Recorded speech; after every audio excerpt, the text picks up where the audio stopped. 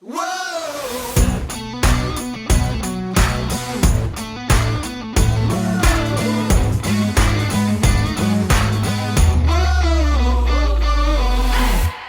Welcome to the What's Our Verdict podcast, where we fashion ourselves cinematic judge and jury. My name is JJ Crowder. I'm here with my co-host, Alec Burgess. Let's get it. Yeah, we appreciate you tuning in.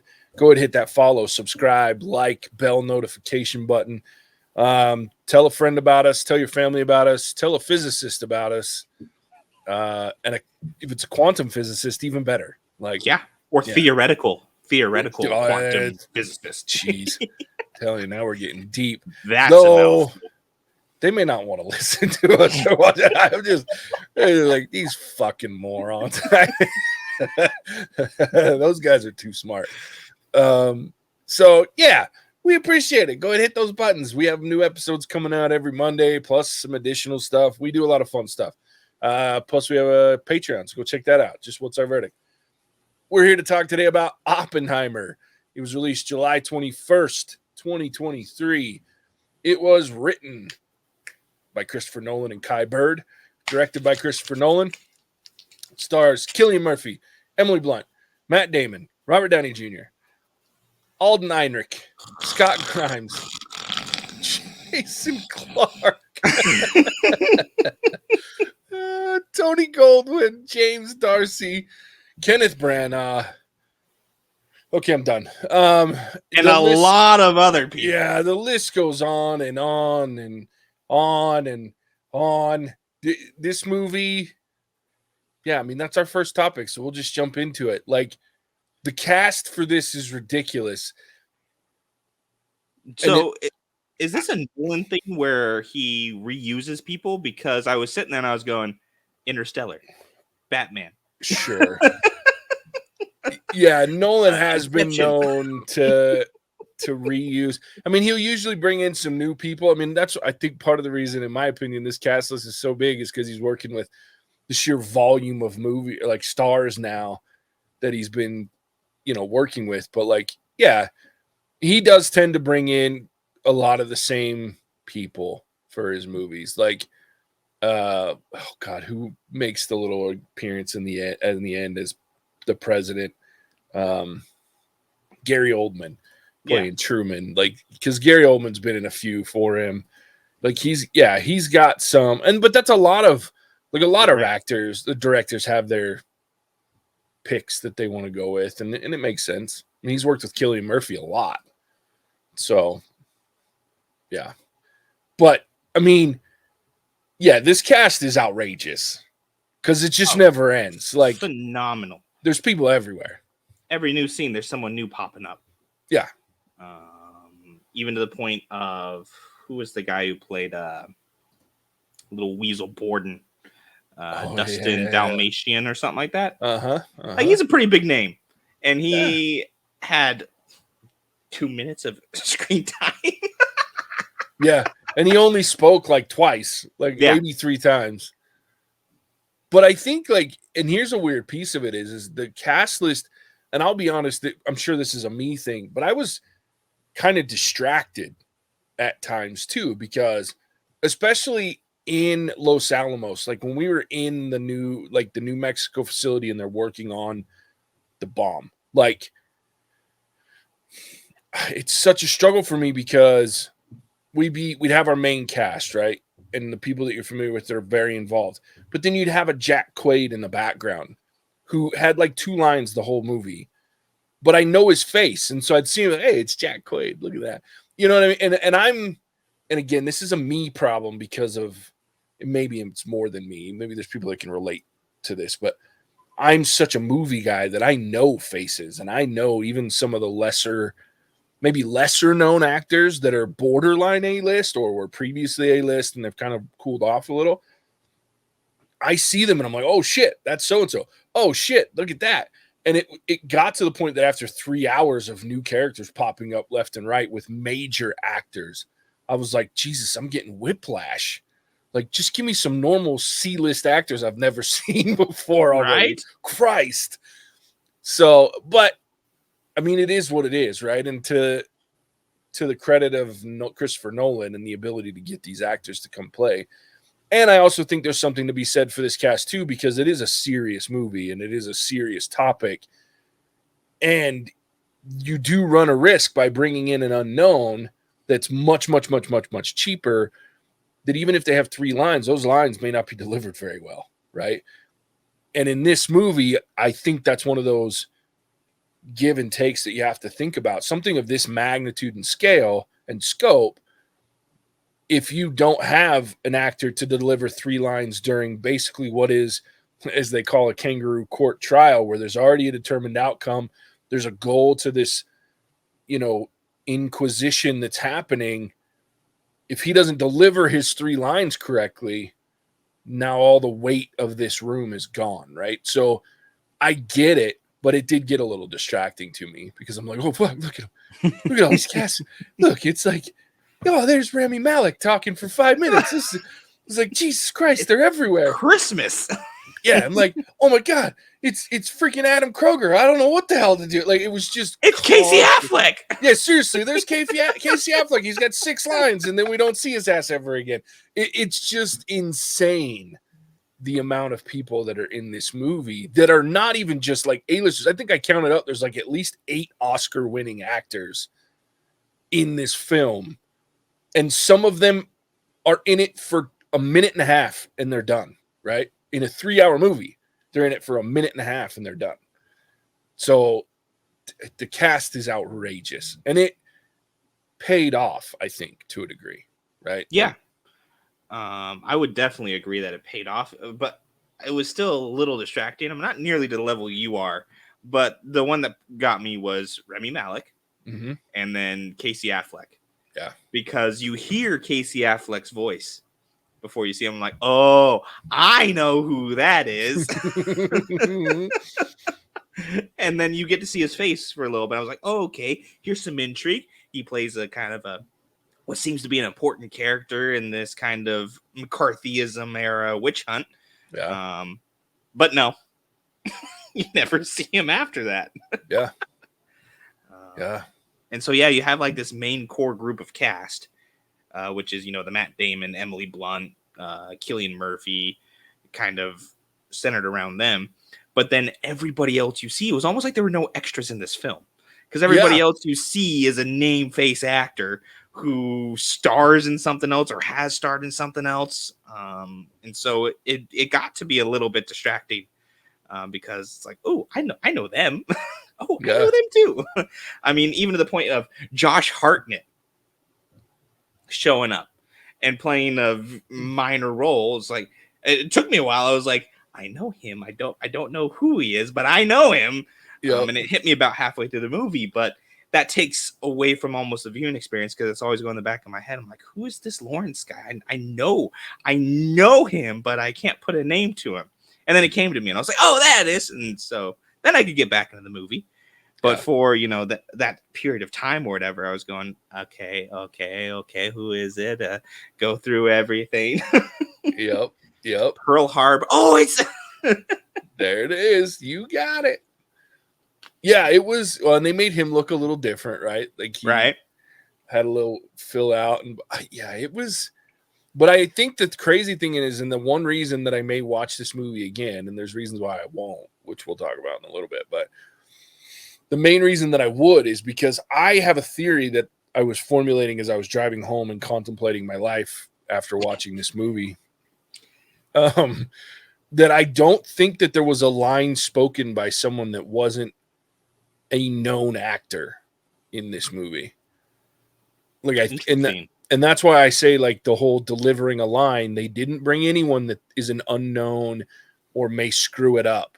If there was a line spoken, it was and they may not be an A-list, but there's someone that if you look at them, you're like, I have seen them in movies and major television before, right? Because there was like, even like at the end or near the end, when they're in like the Senate hearings and stuff, like you have one of the senators was Ted King, and you had another one that was Harry Groner. And again, they're not huge, outrageous actors, but they're like in a lot of stuff, like hundreds of credits. Like if you look at Harry Groner, I think he's got like 102 credits acting credits to his name, plus some producing credits and some writing credits. So, I mean, it's the guy's been in a lot. And you look at him, you're like, I know that face. I may not know where I know it from, but I know it. And if I'm thinking back, I don't think there's a line delivered in this movie that doesn't have a face to it that you're like, no, you may not know right off. You may not be able to name them. Like, I've seen that person before. So now that I'm kind of like thinking back, I think you might be right. Yeah. And it's ballsy, right? Like that takes a lot of, because the other thing you have to look at is, I guess you don't have to, but here's one of the other things to think about. So movies, when they have their credits, right? So when you look at, for example, you go to IMDb and you look at the cast list, they break it down in a couple of ways. When it's a large cast, they'll do speaking cast, and then they do all other cast alphabetically listed. So if they're on the screen big enough to not be considered an extra, they go in that other cast big enough that because their faces in shots or their movement and they're in there a couple of times. Just the speaking cast, so the first part of the list is like outrageously long. And every one of them, as I'm going down, I'm like, I recognize a lot of these faces and names. I got on and I'm just like, oh my God, yeah, it's crazy. So kudos. I mean, it's an interesting take, but yeah, very distracting to me. So yeah. Interesting. Now I'm going to have to watch it again. Thanks. I know. I'm sorry. You're the worst. Yep. So like the content of this, right? So we see, which I think was really cool, telling the story of, physicist and the kind of cinematic shots of what was going on in his brain was really cool. Kind of distracting, bit annoying because I was like, I really don't understand how this thought process is going, but through Oppenheimer's brain was really cool. But I can't get over the fact that physics drives me nuts, JJ. And it stems from the fact that like physicists seem to have all the answers, right? They know exactly what's happening. They can predict events or tell you exactly how everything was made, all through physics. Physics is perfect.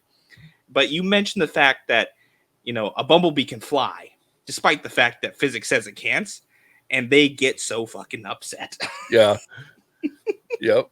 And so it drives me nuts when I see this as like, theoretical physicist, or, we're going through all this experimental stuff. This is how we discover everything. And I'm like, your science is inherently flawed. Because nature gave you the double pump, flip the bird. And your response is to ignore that and say it's still the right answer. Yeah. Like physics is, I hated physics in high school when I had to take it. We had to build a boat and go across the school pool. I went straight to the bottom. Right. So any other. So I'm not exactly what one would call physically inclined. Yeah. See what I did there? But funny. It just doesn't make sense to me. And I think it's just almost silly. Right, that we have this entire science that will say, oh, this is how the universe was created. We can get down to the very nitty gritty details, and I'm like, well, are you actually getting anywhere, or are you just making shit up? Because that bumblebee over there is saying "fuck you," and like, I don't understand. Yeah, are these laws of physics that they see as binding actually inhibiting science or knowledge to go anywhere, because they're like, oh no, that's a law of physics, we can't do that? And Mr. Bumblebee over there is going, fuck you, I'd do it anyway. That's right. Like, so it's an odd science from my point of view. Look, I think science is odd anyway, period, because I'm dumb and I don't like it was funny. Like, I learned some shit watching this movie. Like, when they're talking about black holes, like I didn't know that the whole idea was when it burns out, like the gravity starts to win the battle, right? Between the burning and the fire. and then gravity's pulling it towards itself, but then the fire's like outreaching it. And then when the gravity starts to win, that's when a star starts to die, and the pressure builds and the pressure builds. I didn't know that shit. So I was like, oh, that's a great way to explain that. Like, I've never heard that before, but I don't care because I don't give a shit about that. Because I know that, and it's not because it's not cool shit. It's not that it's not important things to know, but I am too stupid. And I know this about myself. I am not smart enough for that shit to be important to me, because by the 5 minutes in, when they start talking science in this movie, I'm like fucking tuned out, because I'm like, I have no idea what you're talking about. But I did laugh at the fact, like, I'm with you in that I think one thing about scientists, and I have a couple of them in my life, and I mean, I literally have a family member that works in a lab. That's what they do, is they run tests and they do science all fucking day. And I laughed at a moment when they first come in and they tell Oppenheimer that somebody had split the atom. And he's like, that's impossible. The math doesn't add up. And he's like pissed. Like, and he goes over and starts doing this big giant math problem on the board. He's like, see, it doesn't work. It can't happen. They're like, yeah, but it did. And we just recreated it over Go here. next door. Yeah. And I was like, that's so, and to me, that's like science. The issues that I've had, like, scientists are always like, because in my mind, you hear two sides of science. And I laugh because they kind of point out there's a theoretical and then there's the actual what we've done. But they both have this tendency, at least in my experience, to be like, well, we know what's happening. We're smart. We figured it out. This is how it is. But science is constantly finding out new shit, right? Like, and they can't figure their own shit out. I mean, Pluto's been a planet, not a planet, at least 7 times in my life. So it's like, what smoking is good for expecting mothers, right? Like, the science says so. Yeah. Just kidding. We messed up. We fucked up big time. Yeah. Yeah. And I mean, and then it's like, well, there's no way that life exists anywhere else. But then we get the government saying that there's fucking aliens over the last 2 days. You know what I mean? I'm like, fuck, I don't. It's such bullshit. You know what I mean? Like, and that's the part that I'm like, wow. But yeah, physics, like, dude, I didn't even, you say physics in high school, dude, I barely got out of friggin' algebra. Like, there's no way. Algebra and chemistry is as far as I got. And then I found ways around it. I went to dummy math my senior year in high school. I was like, I suck at this. I don't want, they put me in calculus 1 and I'm like, I was like, I can't do this math. I'm going to fail this class. And if I fail and don't graduate, I'm going to be pissed. So they sent me down to like basic level math. I was like, now this is what I'm talking about. This is perfect. 2 and 2 is 5. I belong here. I know these people. These are my friends. And then, like, I went from chemistry and they wanted to send me to, like, it wasn't physics, but it was whatever, some other level of science that was above chemistry. In chemistry, I barely got through chemistry. Like, and I worked my ass off to pass these classes because everything else in my life, I never had to study. I would just go in and take tests. Science and math, and science because it had so much goddamn math. Math is my real problem. Science is so attached to math that I'm like, fuck them both. I can't do it. So I watch a movie like this, and every time they start yip yapping about scientific bullshit, I'm like, well, you just blow something up already. I don't fucking know what you're talking about. Right? So yeah, physics is dumb. Oh, it's even funny too, because that was kind of the running joke throughout the movie was Cillian Murphy's math sucked. Yeah. Like, he was terrible at math. Yeah. He was the point telling those two, you do the math because yours is better than mine. Well, and then even Einstein. I mean, this is fucking Einstein, and he's like, yeah, me and you, that's one place. The one thing we have in common. Dude, my math sucks. So I'm like, hold on, like, this is fucking Einstein. Like, his math is what people base smart shit on, and I'm like, fuck. If you guys are bad at math, like how much did you two fuck up that we just take for granted? Yeah, like, if your math is bad, I've never done math in my life. I've only done math, like M-A-F-F, math. I've never done math because fuck. Yeah. So, I mean, that it's one of those movies too. You're sitting there going, well, I'm stupid. Like, yeah. And you got that many geniuses in one place. I'm like, fuck you. There's no fucking. It'd be like, build a bomb. I'd be like, you got any gas? Oh, shit. I love it. Okay. So I'm going to call this topic the power of Nolan. I love it. It's double-sided, though. Okay. There's two sides of this piece. We've already talked about the cast. That's one aspect of the power of Nolan. Like Christopher Nolan right now, it doesn't matter what he does, he pulls cast. Like ever since he's done some great movies. Don't get me wrong. Like some of the best movies of our time have probably been Christopher Nolan involved, right? Depending on how much, like what you like. But on the flip side of the power of Nolan, you get a movie like this too, where I'm 3 hours in going, Jesus fuck, this movie is still playing. And then there's like Nolan, there's no in between with Christopher Nolan movies. It is balls to the wall or extremely subtle, right? And this movie to me is like so balls to the wall the whole time. One of the things that I was going to talk about is like Nolan going out extreme is the sound in this movie. Like sometimes it worked really well. Like you're like, okay, like when you were talking about like the scenes of like the atoms and the fire molecules and things like popping off and making noise, and that shit was really cool. But then there were spots where like it would go really quiet, and I felt like I was watching a horror movie because the whole fucking theater jumped at least a dozen times. This, I'm sure you shit yourself at least a couple times, because like, and there was one really bad at the near the end of the movie where he's in the trial, and we just got done with these dueling nastiness. We see Robert Downey Jr.'s character losing his shit at the lawyer, the whatever, the kid, Heinrich, Han Solo. Yeah. guy. Solo. And then you have the lawyer that's going off on Oppenheimer, and they're kind of bouncing back and forth, and then Oppenheimer kind of loses it a little bit, and everything goes really quiet.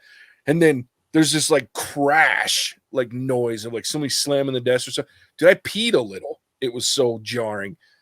But he did it so many times in this movie to where it was like weird noises, super loud, really quiet, super loud. Then I'm like, I get what you're trying to do.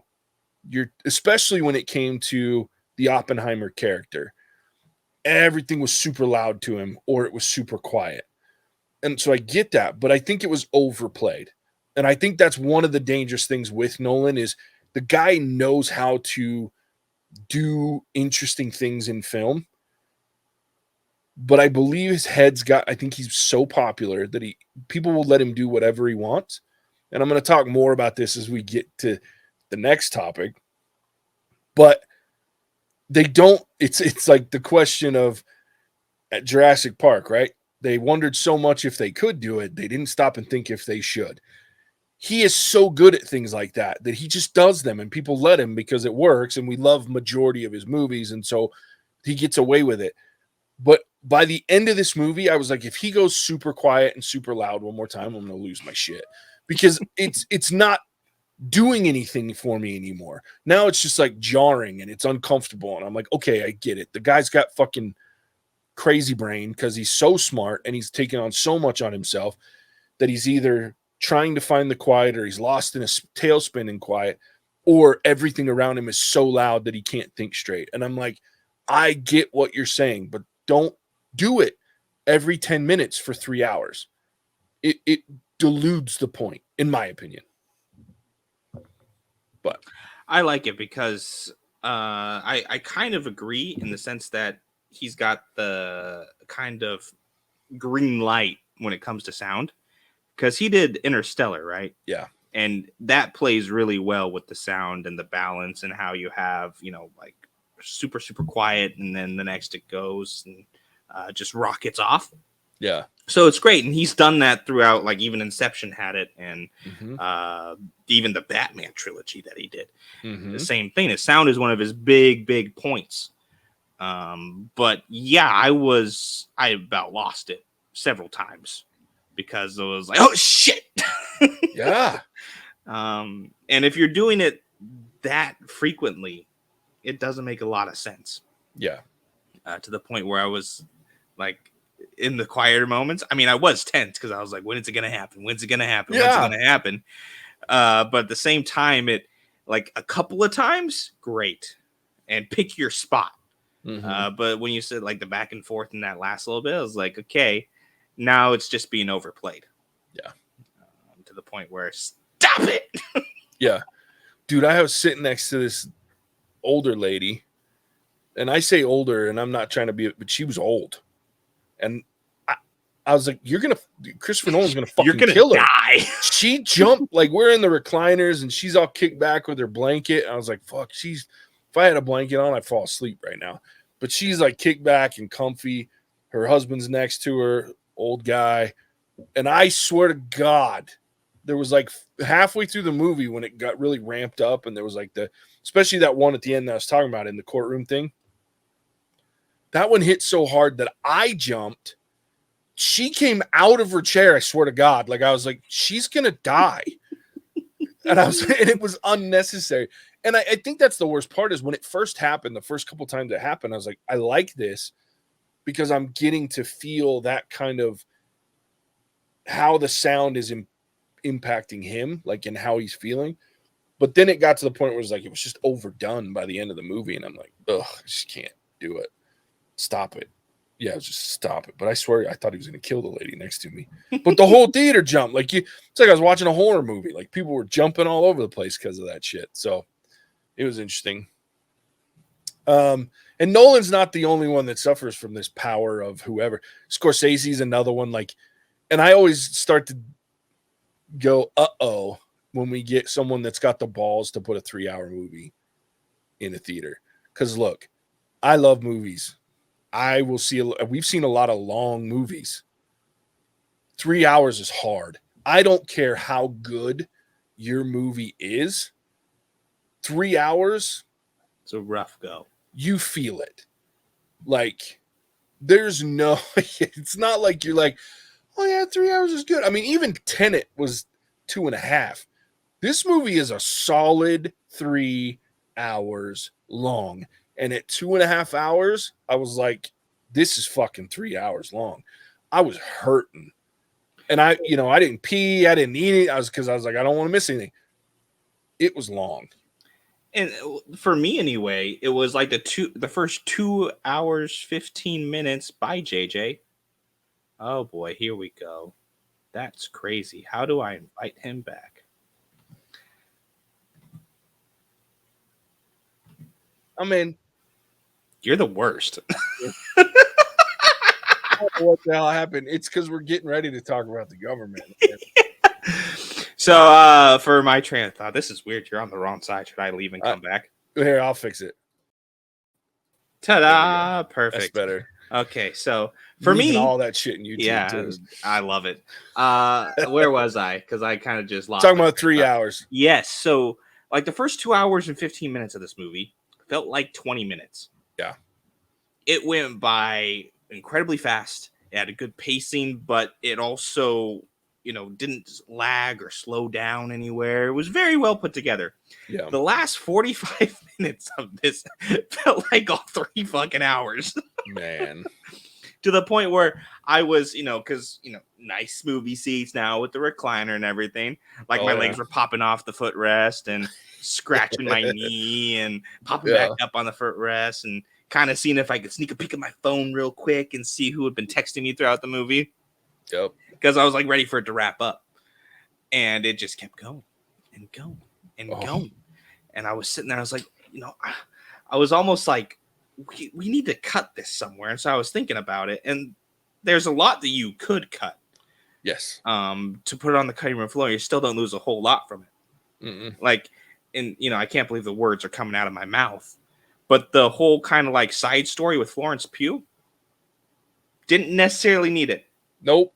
I mean, love a good nudity in a film, but I was sitting there going, I was like, you could have cut all of that and made it about 20 minutes shorter.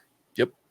Because we get the idea that, Oppenheimer's a womanizer from the fact that he met his wife when she was married to another dude.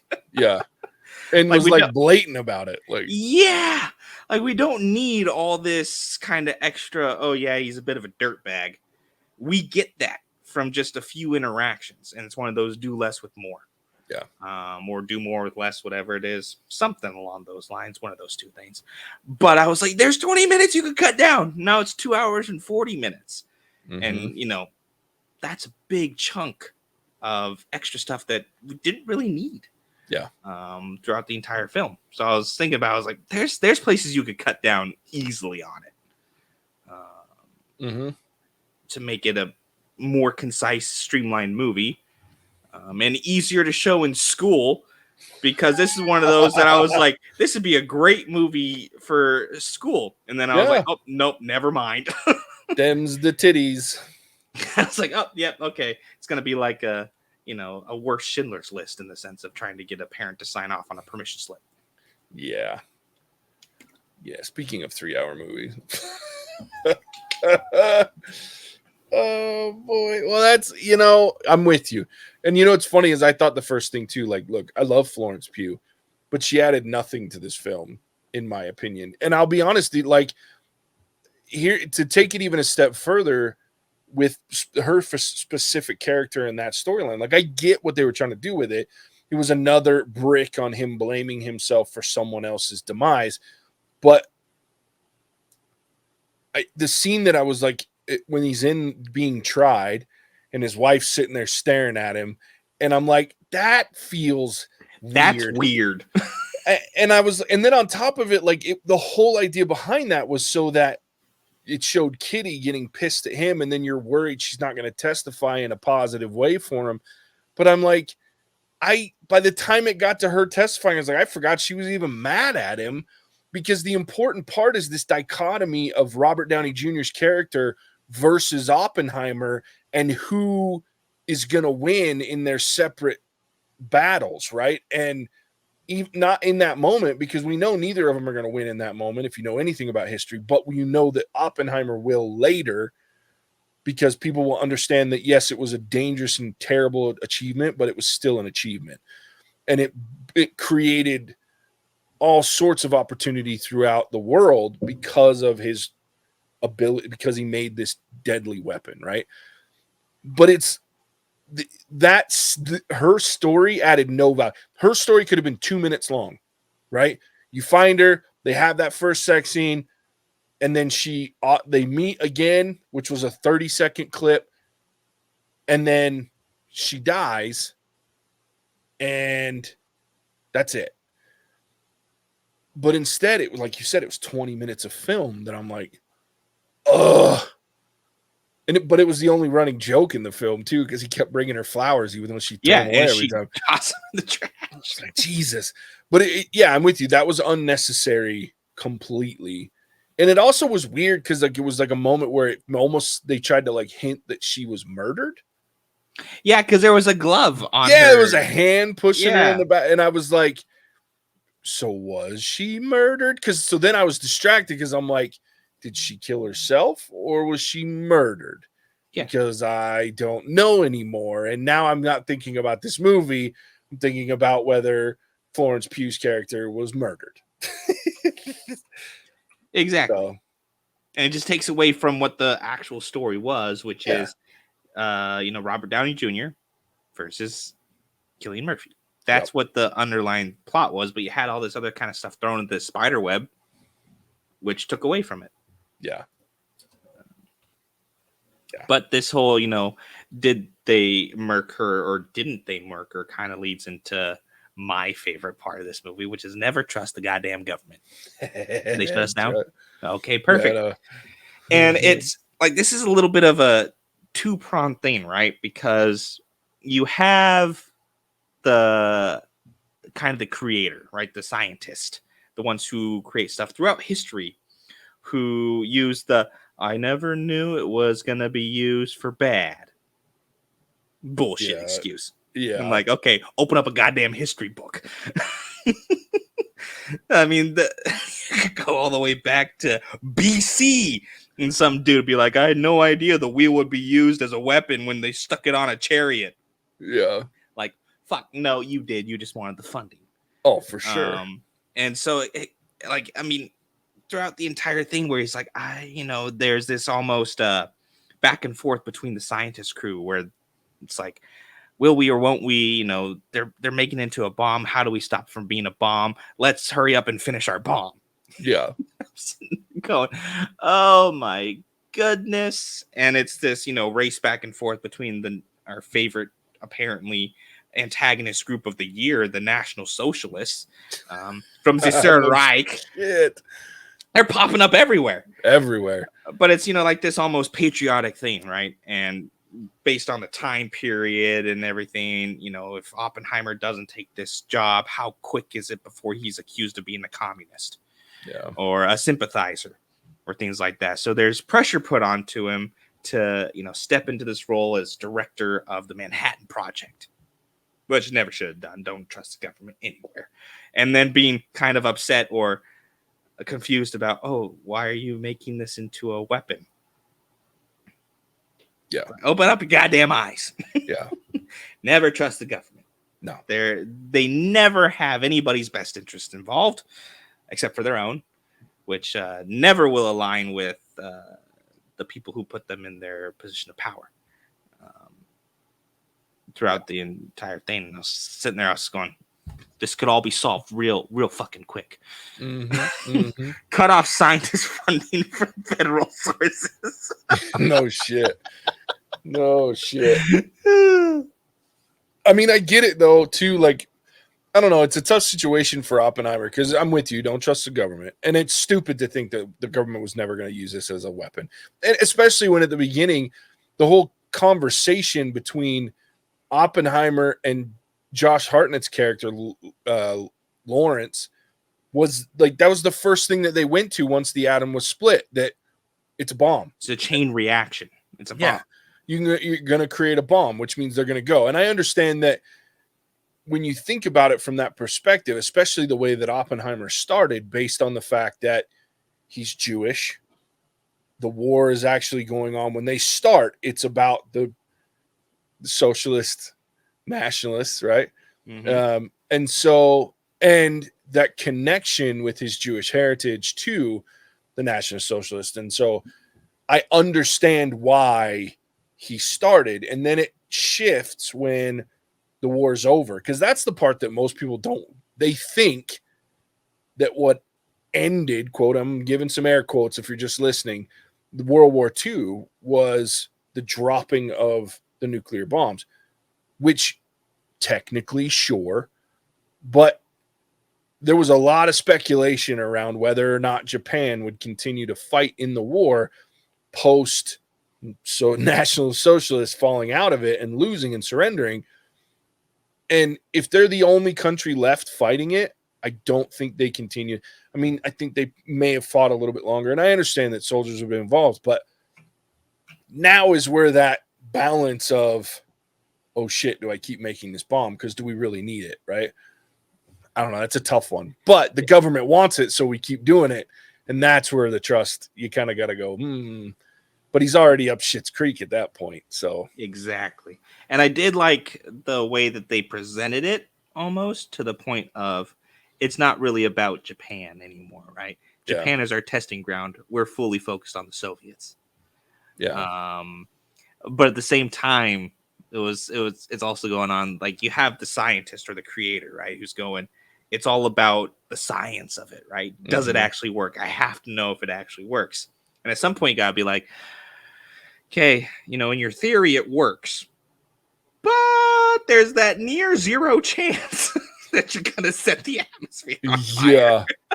Yeah. Like, is it worth it to kind of push forward? And, you know, best result or best end result from a scientist point of view is one, it works, and now it's going to be used as a weapon. Yeah.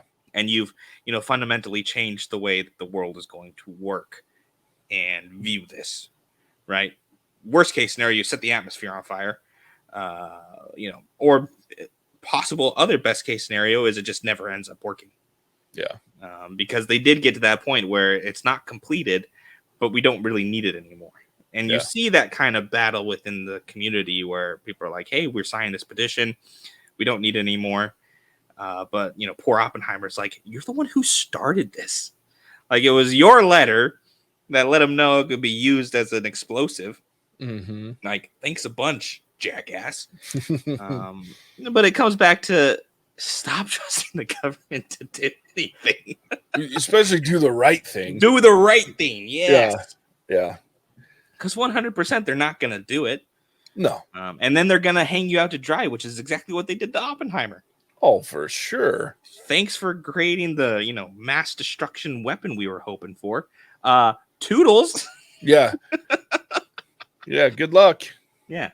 I don't know if Truman was that much of an asshole in real life. Yeah. I don't know much, but, don't let that crybaby back in here. I was like... Yeah, that's the other problem with biopics that I have, though, too, is like how much misrepresentation is there? Because I'm sure there's a lot that's very accurate, especially about Oppenheimer himself and his family and his relationships and things, because there's been books and there's been firsthand accounts. We're not talking about historical shit that nobody's around anymore, or there's no modern storytelling, right? Oppenheimer, I mean, this is stuff we have firsthand accounts all the time that you more or less can trust to a degree. But I feel like they made Truman this like prick and Truman was a prick. Don't get me wrong. I mean, this is Truman we're talking about. But I don't know, like that felt like don't let that crybaby back in here. Like I could see the conversation being awkward in the Oval Office because like it's two competing opinions and ideas, right? And one's the leader of the free world and the other is this scientist that obviously has some regrets for what he just helped the country do. But it just seems extreme. Don't let the crybaby back in anymore. Yeah. And like I could see the hanky bit, right? Where he's like, I feel I have a bunch of blood on my hands, and he hands him a handkerchief, like, here, use this. Like nobody remembers who built the thing. All they're gonna remember is who dropped it. Yeah. Like I could see that being almost word for word taken from a recording. But it was the don't let that crybaby back in. I'm like, yeah. Was Truman that much of a dick? Yeah. So I just Googled it, and apparently the hanky thing did happen.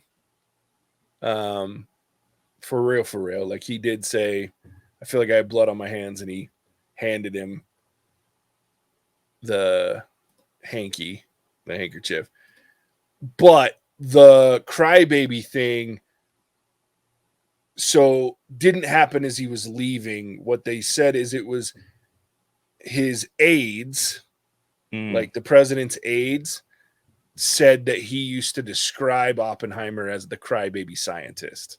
Okay. So they had to throw that in there based on that rumor that came out of the White House aides.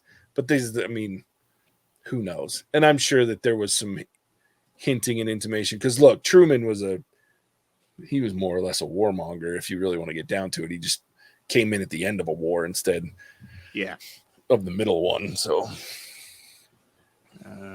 but yeah, so and it goes just one step deeper. Like, don't let the government tell you what to do. Yeah. Don't do it. Yep. Never ends well. Alone. Never ends well. Nope. They're going to kill you anyway. I did find that joke kind of funny with Matt Damon. Yeah. Where someone was trying to leave. Oh, we'll just have him killed. Yeah. I'm just kidding. Yeah, I was like, are you though?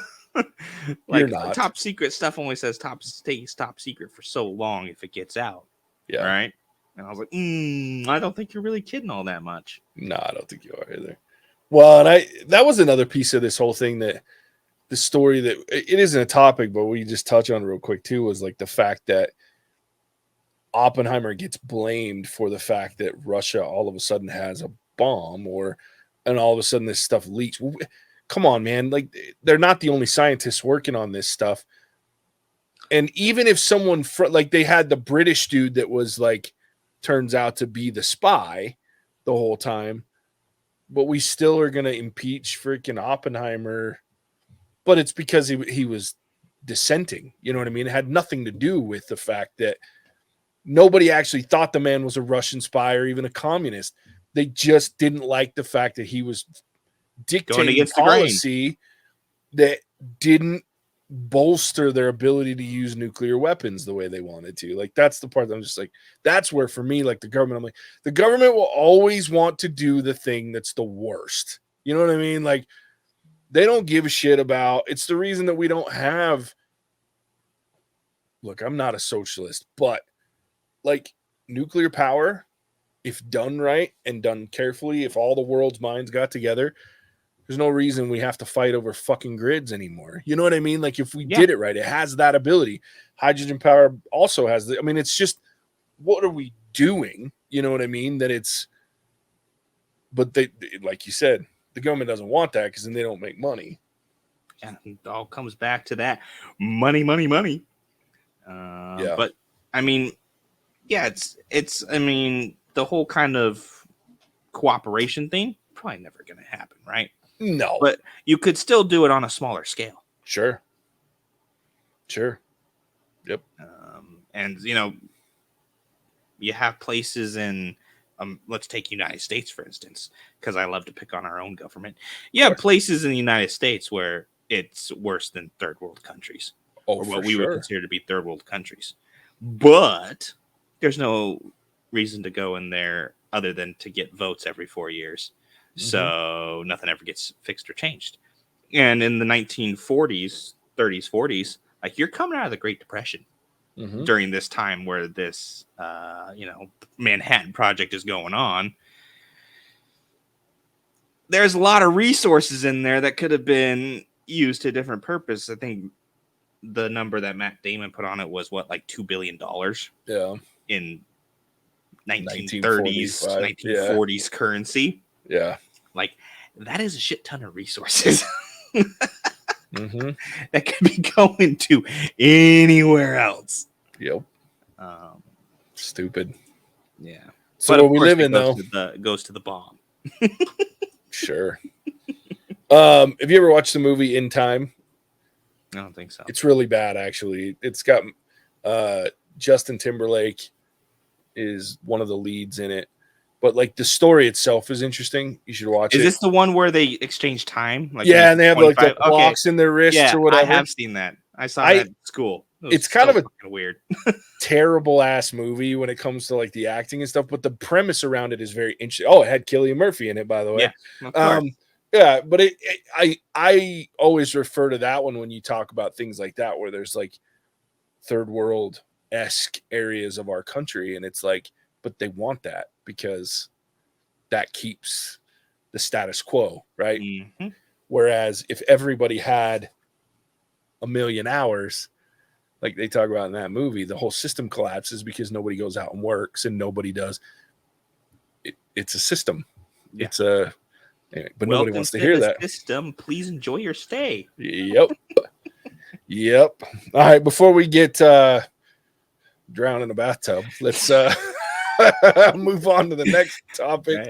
I keep looking over my shoulder just to make sure the door is still shut. I just keep waiting for my fucking computer to turn off again, like it did last time we shit on the government for an hour. I have one more thing I want to talk about before we get into the last topic, because the last topic I'm going to unload on this movie in the negative side of this whole thing, because I've been pretty positive so far. I'm proud of you, JJ. You've been exceptionally positive. It's been very hard because this movie's a conundrum for me. Anyway, so Robert Downey Jr., Cillian Murphy, outrageous. And Matt Damon. Like, dude, if anybody had any doubts about Robert Downey Jr. being able to act outside of the Marvel universe, fuck off. Watch this movie. And I've loved Robert Downey Jr. for a long time. I watched him because I'm old enough that I watched him before he was hauled off to jail for drugs and prostitution.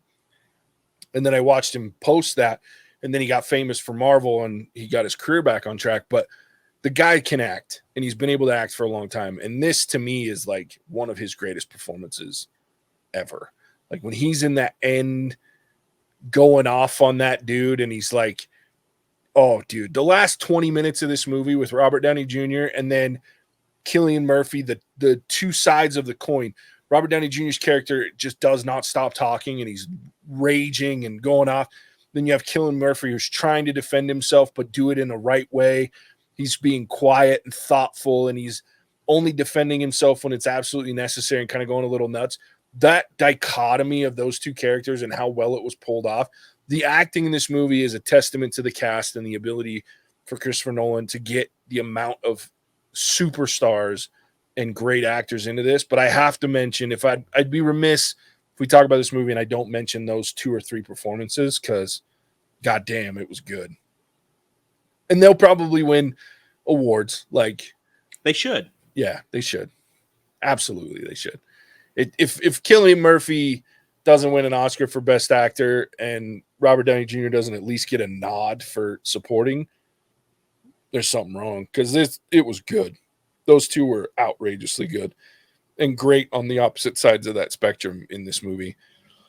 Okay, I'm gonna shit on this thing for a minute. Yes. So it kind of goes back to this 3 fucking hours. This movie was too fucking long, and the saddest part is it would have made 2 great movies. Oh. In my opinion. And I think about it and I kind of toss it around. It either would have made a really good, not a phenomenal, but a really good 2.5 hour movie. Or if you made 2 hour and 45 minute-ish movies and added a little bit to both sides, and you could have done it in 2 parts where it's like Oppenheimer, the bomb years, and then Oppenheimer post-bomb, because I want to see more. We rush through the post-bomb years with Oppenheimer. We get like the trial piece, but that's so focused on Downey Jr.'s character that I want more. I want to see more of the fact that he's running the government basically from a nuclear perspective and saying, here's what we should do, here's what we shouldn't do. He's shitting all over people that are trying to get money and make an impact by saying, we don't need, like, you can make the bomb out of this and the bomb out of that. You don't need isotopes. So it was just really interesting to me. I want to see more of that. So I would have liked to see 2 movies, and I know that doesn't do anything for anybody these days, but I think this movie, or even like because what I would love to see is, if you're going to do this movie, separate it a little more and then have like an intermission. Tell me you got 15 minutes to go take a piss and refill your soda, because I'm telling you, no matter how good it was, and then the movie was phenomenal, the acting was phenomenal, the storytelling was great, but 3 hours is too much. And I've been thinking about it since watching this movie, because there's not a ton of great 3 hour movies. There's not a ton of 3 hour movies out there. There's lots, but there's not a ton of great ones, and most of them are a little older. But I don't remember there ever being a 3 hour movie that I was like, yep, that was worth 3 hours. Even Endgame was 3 hours, and I was like, it's too much. And I love Endgame. I thought all of those first phase of Marvels were really good, and Endgame was a great culmination, but it didn't need to be 3 hours, because I felt all 3 hours. You know what I mean? And this movie was no different. Even you brought up Schindler's List. Amazing movie. One of the best movies ever made. It's too fucking long. 3 hours it's just too long. And I feel like as I was watching this, the only thing that was good enough to keep for me to go, okay, I get why you didn't want to make 2 movies, was the tie back to the conversation with Einstein that made Cross think that he had turned the science world against him, even though it was Krauss just being a fucking cuckoo for Cocoa Puffs and a little bitch. But like, you could still do that without that. I realize that's the linchpin, is we end the movie with their actual conversation, as opposed to what he was wondering that they had said. But it's like, you could have done that anyway without a 3 hour movie. And I don't know. I don't know what the right answer there is. I mean, the movie's going to win awards. It's a great movie. It's going to win awards. It's a great storytelling. It's great filming. I just think that the downfall of this movie is the length and the fucking bloated Christopher Nolanisms that are throughout this movie. And it bothered me, and it started to wear on me. By the time I was getting tired of being in the film was when I started to really notice, like, fuck, what a Christopher Nolan thing to do. Fuck, that was unnecessary. And then I started picking it apart, because I'm like, let me out of this fucking movie. So, I don't know. But that's my problem with this movie. It hurts it a lot, in my opinion, is the length. Oh, yeah. Because it drags. No, I agree. And I think I'm trying to re-echo what I said earlier. Like, the first 2 hours and 15 minutes, like, up until we see the completion of the bomb and they leave Los Alamos. Did not feel like it was that length of time. It was quick. It was going. It was the last 45 minutes. Yeah. And even that great scene, like going the back and forth, like you're moving up to the climax, I was ready to be done. Yeah.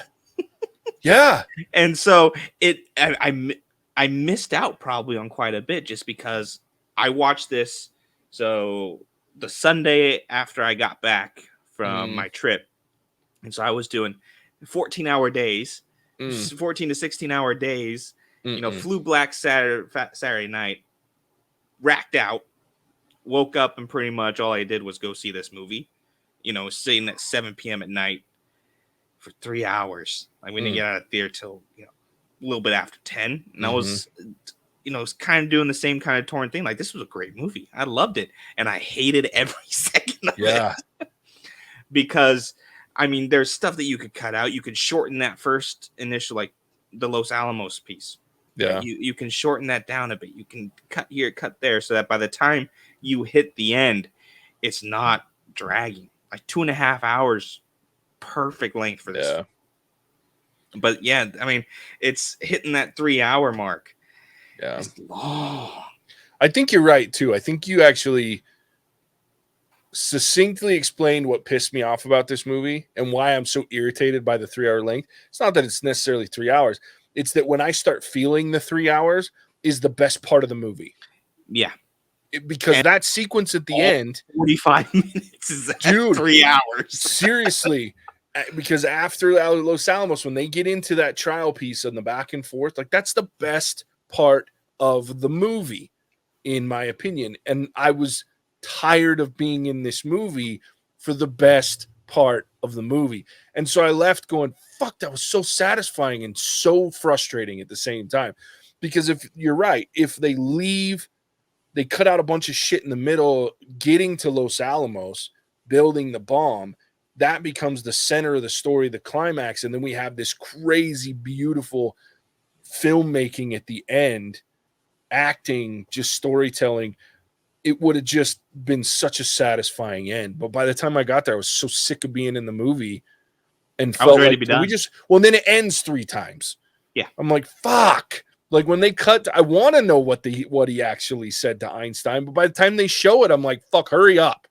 Talk faster, fucker, because I'm done. And it, yeah, so it gets in its own way. And that's a Nolanism. Like it's when these directors are like, I have to have this in there. No, you fucking don't. I know you think you do, but you don't. Or it's okay, you can have this. What are you going to get rid of so we can have it? Yeah, that's a good point too. That's like, something do we need this outside in the tent scene with Lawrence and Oppenheimer and Oppenheimer's brother? No. Yeah. That's fair.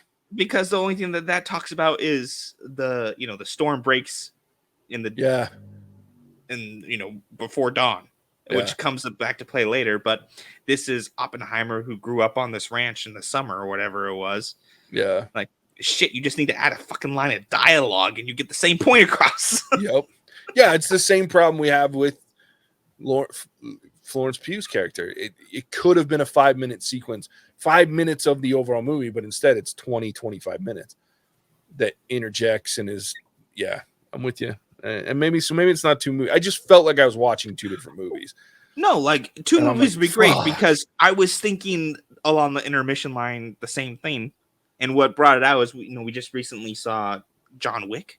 Oh, yeah. And I watched some interview where it talked about, we put in that fight sequence in the water so people could get up and like go use the restroom and go get a popcorn and drink refill because they're not missing anything. And I was like, what the fuck? We'll blast that in big letters. Yeah. Have like a fourth wall break where he's like, now's the time to go pee and get some popcorn because we're just gonna fight. Right? Like nothing happened. But there's no communication of that. So like intermission. Put that up there. Oh, okay. Go take a quick break, stretch my legs. Now I'm coming back, do the same thing. Like theater productions do it all the time. Yeah. Yeah. They have to. They have to. For that reason. So long. You have to break it up. And even if you just flash that, I'm okay with it being longer. Yeah. So that I can get up. I know I got 10, 15 minutes, whatever it is, go get a refill, go stretch my legs, use the restroom, whatever I got to do, and then come back and refreshed and ready to go. And if you're able to, kick it off like in Los Alamos, now we're kicking off the trial sequence. Mm-hmm. I'm fresh, ready to go for the best part of the movie. Thank you very much, Mr. Christopher Nolan. Yeah. Yeah. I'm with you. I mean, yeah. Like I've done movie like where they binge movies in the theaters. Like when Star Wars Episode 7 came out, when the Force Awakens, they did the come watch all 7 movies. Well, you better goddamn believe I fucking did that shit. But you get to stop in between each movie, and you get to, like, they have a big 2-hour break between Episode 6 and Episode 7 where I go. So I spent almost 24 hours in a fucking theater, but I had breaks, and so it was manageable. Yeah. Fuck, 3 hours is a lot, dude, and it needs a break. I'm with you. If you're gonna do a 3-hour movie, fine. Give me a 10-minute break. Mm-hmm. And make it an obvious break. Yeah. Shut the fucker off. Like, stop, pause, get up, take a piss, stretch your fucking legs. You still have an hour and a half left. Yeah. Like, this is the time to take a break. Not, we put in this fight sequence that really doesn't do anything because this is the time to go up and, refill your soda or whatever. I was like, oh, geez, thanks for the heads up, bro. Yeah. Yep. Fuck, it's hurtful. All right, let's rate this thing. Let's do it. I'm going to go first, get it out of the way. Okay.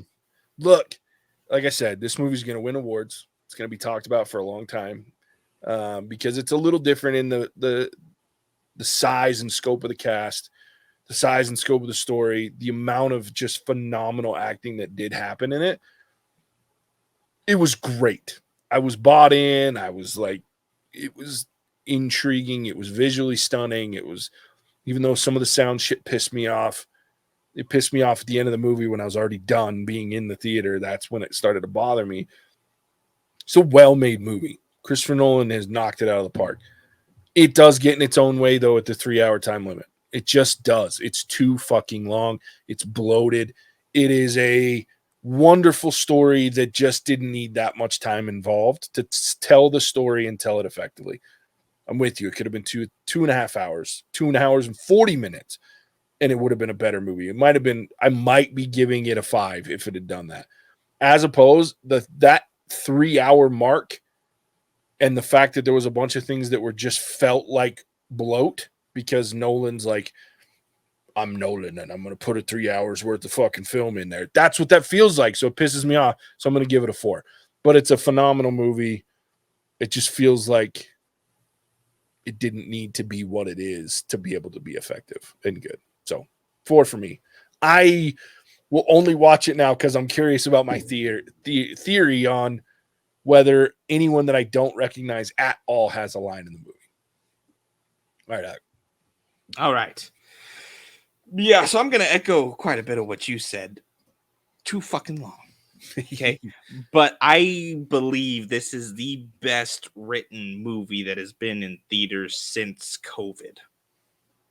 As far as story goes, as far as spectacle goes, phenomenally well made. This is a movie that is going to, like you said, win awards. It's going to be around for a very long time.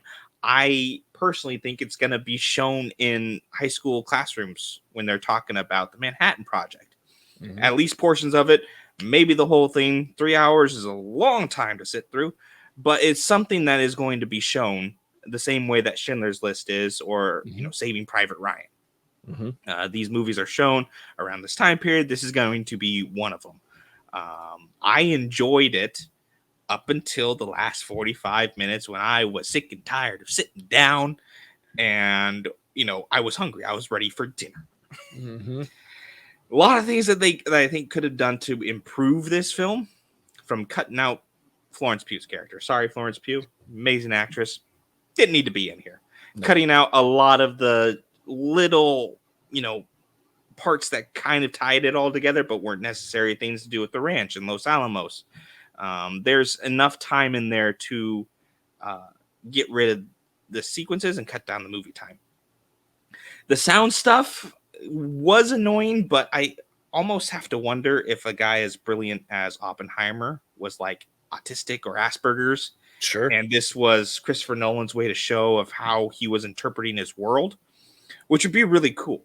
This kind of like oversensitive to certain things, hypersensitivity, and how he's dealing with it, which would be really cool.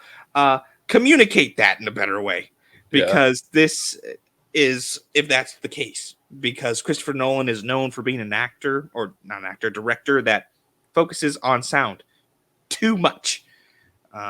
It's true. And so if that's the reason, great. If it's not, and you're just being Christopher Nolan, stop it. We don't need that. That being said, I'm going to give it actually a 4.5. I'm going to go a bit higher, just because the story's great. What they're saying is phenomenal. And I think the cast is what brings this all together. We talked about it was top of our list of topics, is this cast is amazing. I don't think I will watch it again. I'll just rely on JJ to tell me if his theory's right. But yeah, it's a 4.5. This was a phenomenal movie, and in my opinion, one of the best to come out since COVID. Yeah, very good movie. I'm just being petty.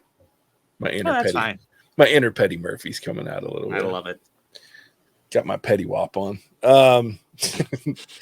With all of that ridiculousness, Alec, tell everybody where they can find us. Okay. Thank you for tuning into our review of Oppenheimer. This movie had it all: explosions, drama, a great cast, and 45 minutes of drawn-out, useless wrap-up, 4 endings. Fantastic!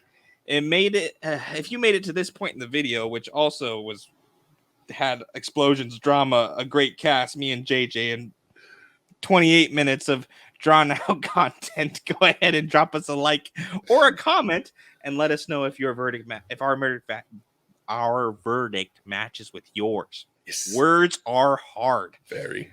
This wraps up our July recordings, and next month for August, we have a great lineup of guilty pleasure movies selected by our wonderful patron, Chat Ginge PT.